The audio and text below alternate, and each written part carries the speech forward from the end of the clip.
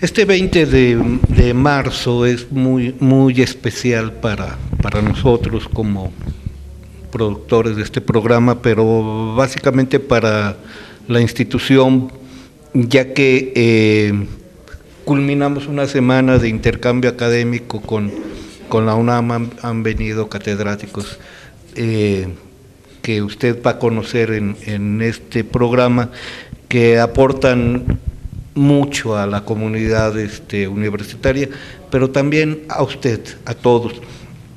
Es el caso del maestro René Vargas Pineda, ya conocido de ustedes por las anteriores entrevistas que hicimos con el maestro Jerzy Hausleber, Daniel Bautista, y él llegó el día de ayer, 19 de marzo, a impartir un curso a la licenciatura de Educación Física.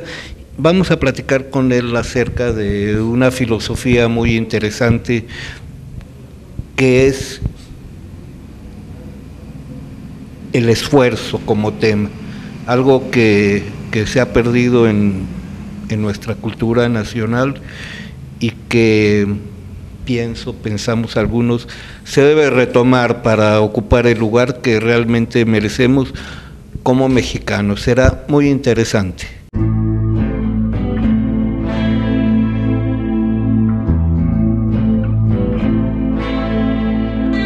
Maestro René, usted llega a impartir un curso a estudiantes de la licenciatura en Educación Física y les hace un planteamiento, independientemente de la parte práctica, en relación a la filosofía del esfuerzo, que es un tema muy interesante y viene a colación con algo que se conoce como ley del menor esfuerzo, que no lleva a nada. Sin embargo, pareciera que es la tendencia, pues no solo en México, en los países emergentes, sino en muchas sociedades, a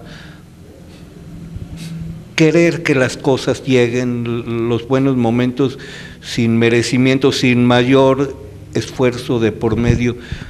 Bienvenido, ¿qué nos puede comunicar al respecto? Sí, bueno, gracias, como siempre un gusto estar aquí en la Universidad de Matehuala. Y bueno, el comentario que les hice a los alumnos de la licenciatura en Educación Física, pues está relacionado con esta cultura del no esfuerzo que domina estos tiempos. Hay un libro del señor Ricardo Rafael, El Mi Reinato, que precisamente toca esta situación que estamos viviendo con estos jóvenes que evitan el esfuerzo, que nacen en una posición muy holgada y que parece que el esfuerzo es delito, es algo inconveniente para su formación. En ese sentido, pues me permití leerles una reflexión que hace el maestro Etcheverry, el rector de la Universidad de Argentina. Esto lo leí en un artículo que él titula La educación en la construcción del proyecto de nación. Lo leí en la revista Stadium, revista de educación física y deportiva. Fue publicado en junio del 2004. Me voy a permitir, si no tiene inconveniente, pues leer algunas, son varias láminas, las mismas que transmití con mis alumnos, y empieza la cita del rector Etcheverry. Dice: para encontrar alternativas que permitan volver a instalar en nuestra sociedad la idea de que la educación es esencial y sobre todo inseparable del esfuerzo. Educarse es un trabajo difícil, complejo, que hace uno con uno mismo, interesado por los demás en el conocimiento, ayudado por ellos, pero en esencia una labor personal que demanda esforzado trabajo. Esta dimensión del esfuerzo, al que resulta esencial referirse en el contexto de un encuentro sobre valores, se está perdiendo en todos los campos de la realidad social y especialmente en la educación.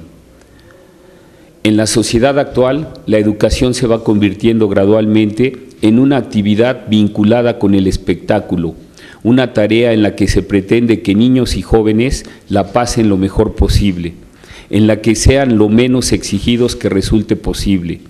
Lo que se busca es que, a cambio de los años que dedican a la actividad escolar, reciban la certificación de algo que en muchos casos no han hecho.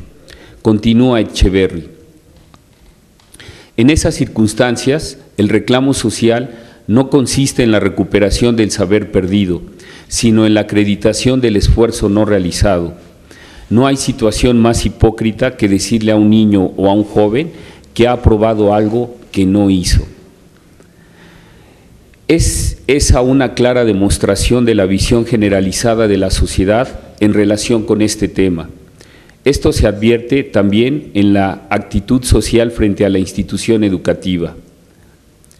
El problema es que lo que se interpreta como dificultad y opresión constituye la esencia de la escuela, el esfuerzo, el trabajo, la exigencia, dimensiones que se están perdiendo aceleradamente en nuestro sistema educativo.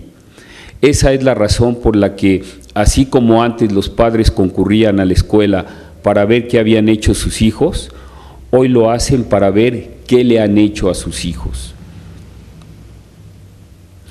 Cuando la exigencia académica disminuye y en muchos casos hasta desaparece de la escuela, se genera una situación que atenta contra la estructura misma de la institución. Eso no significa que no se busque acumular la mayor cantidad de diplomas y credenciales posibles, porque se considera que estas acreditaciones son un salvoconducto para acceder a un mercado de trabajo cada vez más competitivo y difícil, pero no se exige que ellas estén sustentadas en el esfuerzo requerido para educarse. Para ello debemos convencer también a nuestros chicos y a sus padres de que la escuela no es una instancia en que la prioridad es pasarla bien, de la manera más entretenida y enfrentando las menores exigencias posibles. La escuela no es la guardería ilustrada en la que se está convirtiendo, es el lugar en donde se realiza el trabajo difícil, complejo e importante de educarse. Lo que se hace en la escuela no resulta irrelevante para la realidad, como se tiende a pensar ahora al afirmar que tiene poco que ver con el mundo. Considero que es esta una posición errónea, ya que la tarea esencial de la escuela continúa teniendo que ver con el mundo. Ahí termina la cita del rector Echeverry de la Universidad de Argentina, y esto podríamos vincularlo con un escritor muy conocido, Mario Vargas Llosa. Él tiene publicado un libro que se llama La civilización del espectáculo, donde también nos habla, en parte toca esta problemática.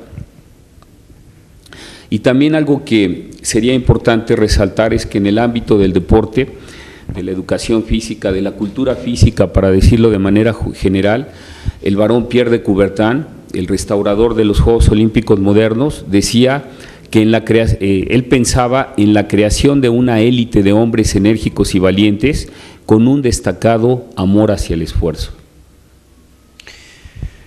René, ¿de qué manera recibieron este mensaje, estos conceptos los alumnos de educación física de la Universidad de Matehuala? Bien, el propósito de esto fue hacerlos reflexionar, invitarlos a tener una mejor actitud hacia la parte teórica y práctica de este curso específicamente. Era un poco para hacerles reflexionar, ya que a veces pues la juventud les hace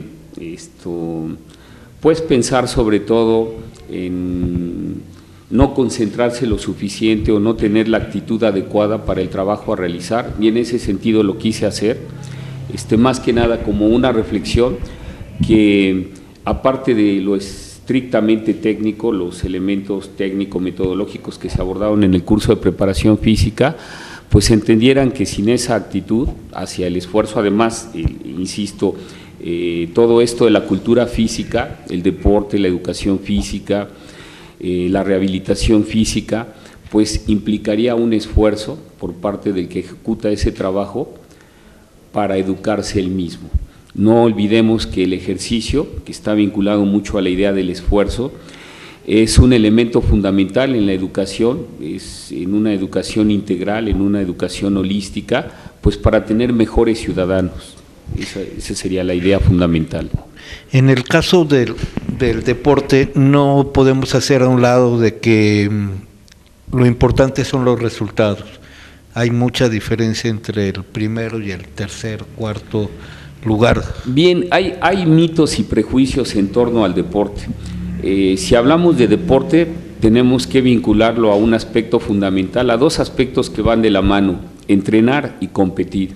Y tanto el entrenamiento como la competencia son procesos que están asociados al esfuerzo, pero también cuando se estudia a profundidad qué es el entrenamiento, pues el entrenamiento actualmente se considera como un proceso holístico, es decir, no solamente se centra en lo físico, sino que también implica lo teórico, implica lo técnico, implica lo táctico, implica lo psicológico. Y ya alguna ocasión aquí mismo en Matehuala habíamos platicado de esto y mencionábamos que, por ejemplo, en la escuela soviética en su momento, aparte de estas áreas que mencioné, físico, técnico, táctico, teórico, psicológico, agregaba o separaba de lo psicológico la preparación moral y de la voluntad. Una educación integral tendría que ir no solo en el aspecto estrictamente intelectual, sino también en el cuidado del cuerpo, en el aspecto de la educación corporal, pero algo que se menciona poco o de plano no se menciona es que eso nos llevaría a una área que es la educación moral. Y cuando escuchamos a veces tantos escándalos de los políticos, pues a mí me parece que ahí precisamente está un ejemplo lamentable de que una buena educación no solo es tener títulos universitarios, ser muy bueno en un área de conocimiento, sino también implicaría, insisto, lo corporal, pero también lo moral, que de eso no se habla mucho en el discurso actual de la educación en nuestro país. Maestro, quiero entender que un buen deportista no se queda en los resultados, sino en otro tipo de competencias, en una cultura del ser.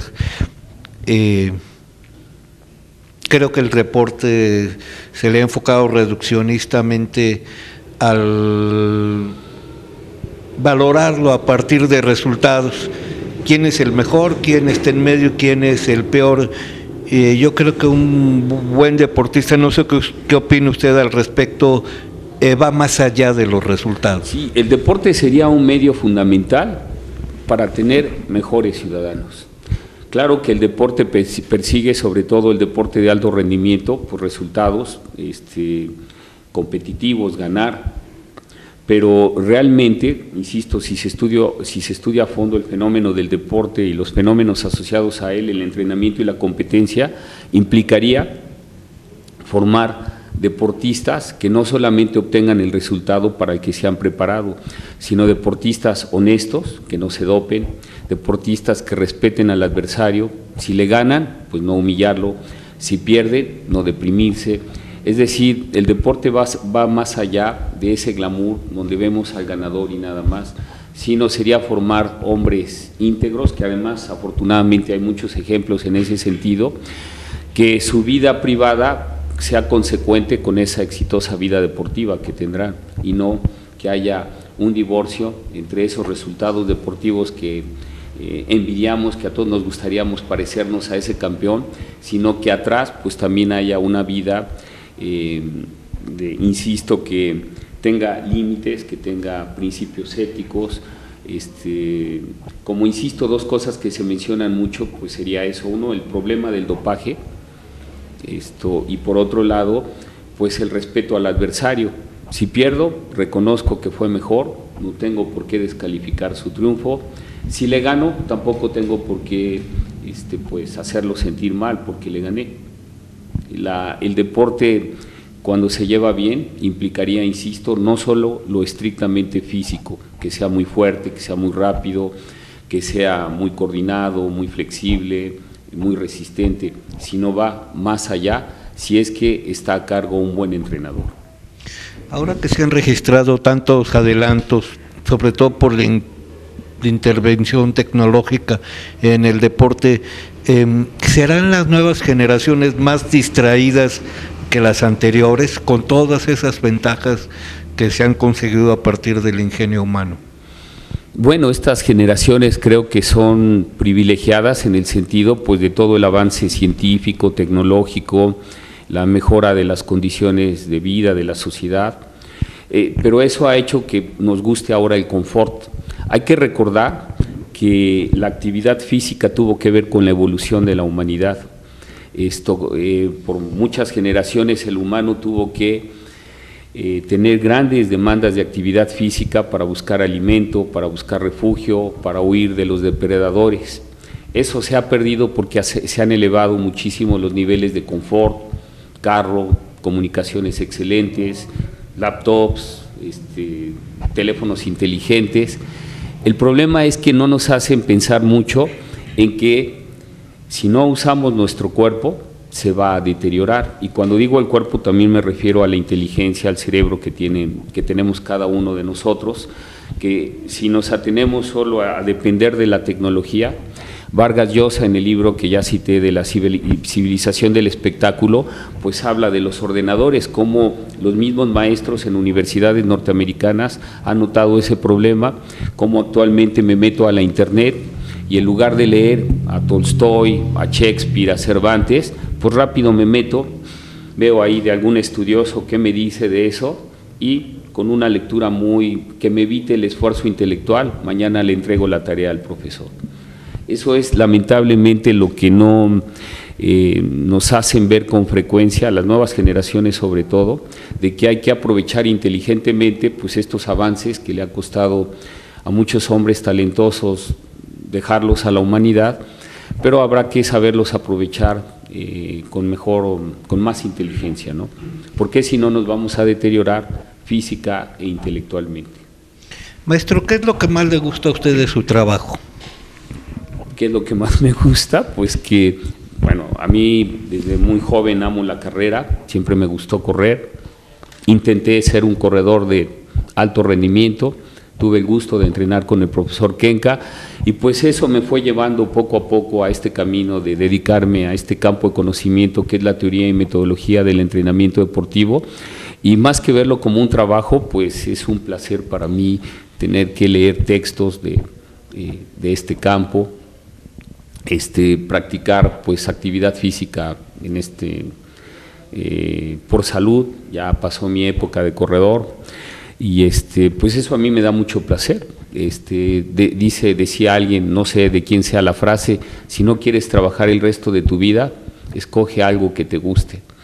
Entonces, eso es lo que hice y me divierto mucho con mi trabajo, en verdad me gusta, aunque luego mis alumnos piensan que estoy enojado o que soy un profesor de mal carácter. La verdad es que por dentro me divierto mucho y espero que lo hayan tomado como una reflexión más que como un regaño.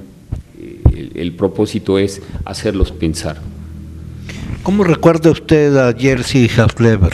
O el profesor Jerzy Hausleber, pues como un caballero. Aparte de ser un gran entrenador, que es como se le ubica, fue una persona que siempre tenía una palabra de aliento para los que nos acercamos a él. Tenía un carácter fuerte, según me cuentan los marchistas que entrenó, pero siempre era una persona bondadosa, preparada, amable, cortés. Mi mejor recuerdo para el profesor Hausleber es así como lo recuerdo.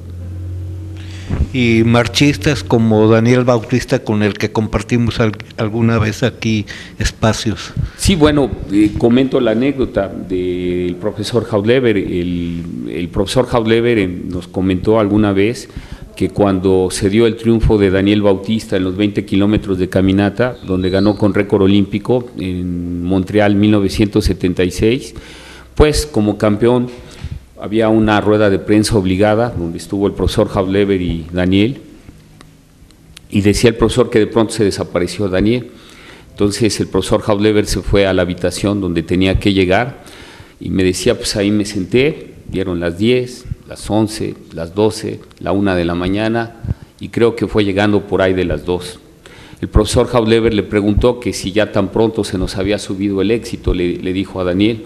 Y él le contestó, no, profesor, no se moleste, mire, vengo bien, no he tomado, pero ya ve cómo son nuestros compatriotas, me llevaron a festejar el triunfo. Dice, bueno, está muy bien, nos vemos a las 6 de la mañana, o sea, dentro de 4 horas, para seguir entrenando normal. ¿Cómo ve en un mediano plazo a sus alumnos con los que trabajó hoy de aquí de la Escuela de Educación Física? Bueno, pues yo a todos los que han sido mis alumnos les deseo el mayor de los éxitos profesionalmente les invito a que, así como le pedimos al deportista o al niño que educamos que constantemente esté ejercitándose, ellos como futuros profesionistas tendrán que estar leyendo, actualizando, preparándose. ¿Cómo los veo? Pues yo espero que ayuden, contribuyan a solucionar los muchos problemas que tiene el país. En este caso a ellos les corresponderá en el campo de la salud. Los educadores físicos contribuyen mucho a la salud de un pueblo, y sería un criterio para valorar su trabajo. Y pues lo que les digo es que deben de empezar por sus propios cuerpos. Eso es básicamente. Espero que contribuyan, les deseo el mejor de los éxitos, porque además el país lo necesita.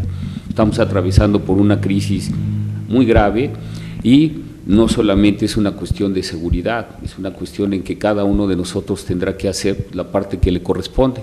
Los que trabajamos en el campo del entrenamiento, de la educación física, pues nos corresponde mucho ver por la salud, en este caso del pueblo mexicano, a través del ejercicio, que es una medicina que no se compra en las farmacias, es una medicina barata y preventiva, y es mejor tener un pueblo sano que un pueblo enfermo. A ese respecto, ¿qué opina de que en las diferentes culturas deportivas del mundo los patrocinadores sean firmas cerveceras o casas vitivinícolas? Como que el deportista no, pero el pueblo sí. ¿No es una contradicción? Puede que sea una contradicción, ¿no? En mi campo hay estudiosos que tratan de dividir en diferentes etapas el desarrollo de las ciencias del deporte, específicamente de las ciencias del entrenamiento deportivo. Y recuerdo algunos autores brasileños que hablan de que la época que estamos viviendo, ellos la denominan del mercantilismo, precisamente por eso, porque pues parece que ahorita lo que campea es el dinero, es el dios principal sobre otro tipo de valores. Por eso pues esta crisis que tenemos mundialmente, y en nuestro país no se escapa de los efectos de esa crisis, y sí estaría de acuerdo en que hay ciertas contradicciones, ¿no? Habría que fomentar ser más que haya más coherencia entre lo que decimos, sentimos y hacemos, ¿no? Es lo que puedo decir. Ahí habría que replantear el financiamiento quizá del deporte, de la cultura física en general, pues para que logre los efectos, que sería la salud fundamentalmente, sin o evitando en la medida de lo posible estas contradicciones que sin duda las hay. Dentro de un mes que usted regrese, ¿qué sigue en esta etapa formativa? Bien, pues para el próximo mes, parece que debo estar por ahí del 20 y tantos de abril, pues me corresponde dar un curso de planificación, y bueno, pues ahí vamos a abordar las estructuras de organización y planificación del entrenamiento, la elaboración de planes de entrenamiento. Eso es lo que me corresponde ver para el próximo mes. Maestro, una última pregunta, ¿qué opina de Benito Juárez? ¿Qué opino de Benito Juárez? Pues que fue un presidente, en muchos sentidos, un ejemplo. Entiendo que los expertos, los historiadores dicen que hubo momentos donde lo único que gobernó en los momentos de mayor crisis era ese famoso carruaje donde anduvo por todo el norte de la República, con los archivos de la Nación, por cierto, y pues que sin adversidad no hay gloria, ¿no? Él tiene mucha gloria porque enfrentó momentos muy difíciles, muy adversos para el país, y pues se supo sobreponer a esa crisis, ayudado, también hay que decirlo, por mexicanos muy competentes. Aprovecharía estos micrófonos para expresar mi opinión de alguien que colaboró con el presidente Benito Juárez, el general Porfirio Díaz, también oaxaqueño, que a veces es denostado por nosotros. Yo, en mi opinión, pienso que fue un gran hombre, un gran mexicano, a pesar de todos los defectos, como también igual los tuvo el presidente Juárez, pero que hizo muy bien su trabajo y le ayudó mucho al presidente Juárez, pues, a combatir a los franceses, por ejemplo. Tenemos ahí dos ejemplos de grandes mexicanos con sus defectos. Del mismo presidente Juárez, con todo respeto, dicen los historiadores, que si hubiera vivido más, pues se hubiera quedado más tiempo gobernando al país, cosa que le reprochamos al general Díaz. Como todo, hay claros, hay oscuros, todos los tenemos, pero creo que él destaca mucho por ese sobreponerse a la adversidad. El general Patton decía que la presión hace diamantes, y él es un diamante, Juárez, pues porque se sobrepuso a la presión de esa adversidad. Gracias, maestro. Gracias a ustedes por la invitación, como siempre un gusto.